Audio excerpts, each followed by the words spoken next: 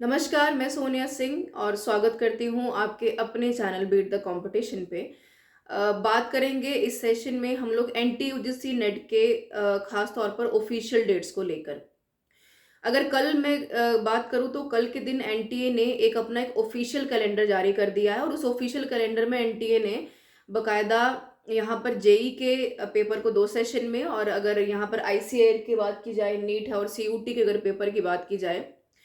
तो इन सभी पेपर को जनवरी से स्टार्ट करते हुए जून तक खत्म कराने की बात कही है। अब ये तो एनटी की तरफ से काफी पॉजिटिव रिस्पॉन्स है कि भाई कभी कभार जैसा कि पिछले 2 साल से हम लोग देख रहे हैं, एनटी हर बार अफरा तफड़ी में पेपर करवा रही है, फिर डेट मर्ज हो रही है, फिर डेट एक्सटेंड हो रही है। ऐसे में एक ऑफिशियल कैलेंडर जारी करना विद्यार्थियों के लिए पॉजिटिव कह सकते हैं कि संकेत है कि चलो कम से कम एनटी अपना पेपर सही तरीके से, एक एकेडमिक तरीके से कह सकते हैं कि एक अच्छे अप्रोच से करवाने की कोशिश कर रही है। ये तो एक बात रही एनटीए की। और अगर यहाँ पर मैं बात करूँ एनटीयूजीसी नेट के ऑफिशियल डेट्स की कि भाई नेट का पेपर हमारा कब होगा, क्योंकि जैसा कि आप सबको पता है कि पिछली वीडियो में भी मैंने प्रोडिक्ट करके ये कहा था आपको कि भाई टेंटेटिव डेट आपकी जो है ऑफिशियल नोटिफिकेशन की 15 तारीख के बाद से आ जाएगी। तो ऐसे में एनटीए ने एक पहल दिखाई है एकेडमिक कैलेंडर जारी करके। अब अगर मुद्दे की बात की जाए कि भाई यहाँ पर नेट का पेपर कब होगा, जो कि इस ऑफिशियल डेट के आने के बाद, कैलेंडर के जारी होने के बाद बहुत सारे विद्यार्थियों का अपना ये सवाल है कि भाई दरअसल अब नेट का पेपर कब होगा, क्योंकि जनवरी से अगर जून तक का सेशन देखा जाए तो इस पूरे के पूरे सेशन में आपको कहीं पर भी नेट की डेट नजर नहीं आ रही है। तो अगर इस पूरे डेट्स को अगर थोड़ा सा एनालिसिस किया जाए तो अब इस चीज को गौर फरमाएंगे कि जेई मेंस के आपके पेपर 2 सेशन में हो रहे हैं, जैन से स्टार्ट होके फेब में। वहीं आईसीआर का पेपर आपका हो रहा है अप्रैल में, नीट का पेपर मई में, और सीयूटी का जो पेपर है वो आपका जून के आसपास करवाया जाएगा। ठीक है। ऐसे में अगर मैं फेब की बात करूं, जो आपकी अप्रैल की डेट्स हैं उसमें आपका मार्च का महीना बचता है या फिर बचता है जून का महीना। ऐसे में 2 तरह की चीजें हैं। अगर एनटीयूजीसी नेट के हम ऑफिशियल डेट्स और पेपर के एग्जाम्स की बात करें, डेट्स की बात करें खास तौर पर, तो आप ये मानकर चलिए कि पेपर जो है आपका मार्च में तो नहीं होने जा रहा,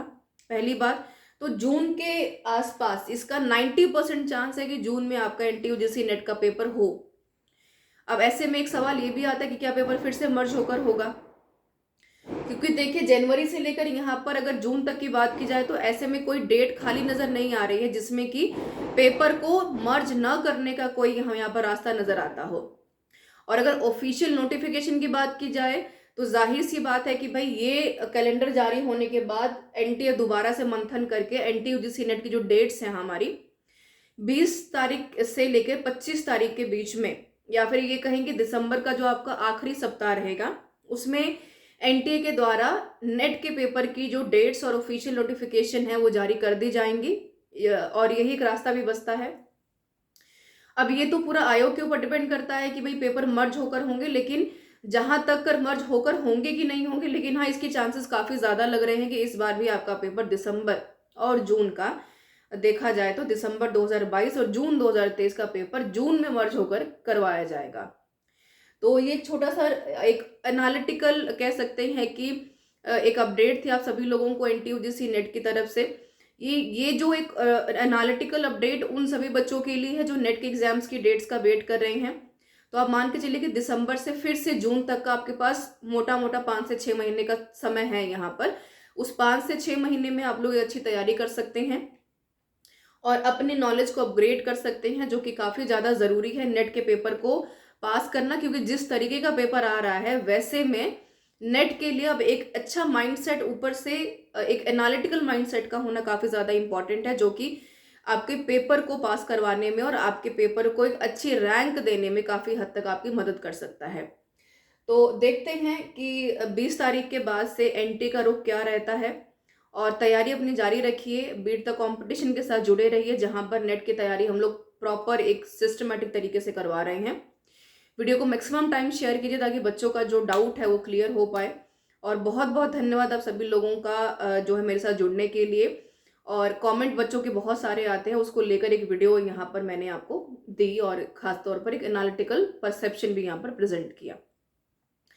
so this is all about the video. बहुत बहुत धन्यवाद आप सभी लोगों को जुड़े रहने के लिए मेरे साथ।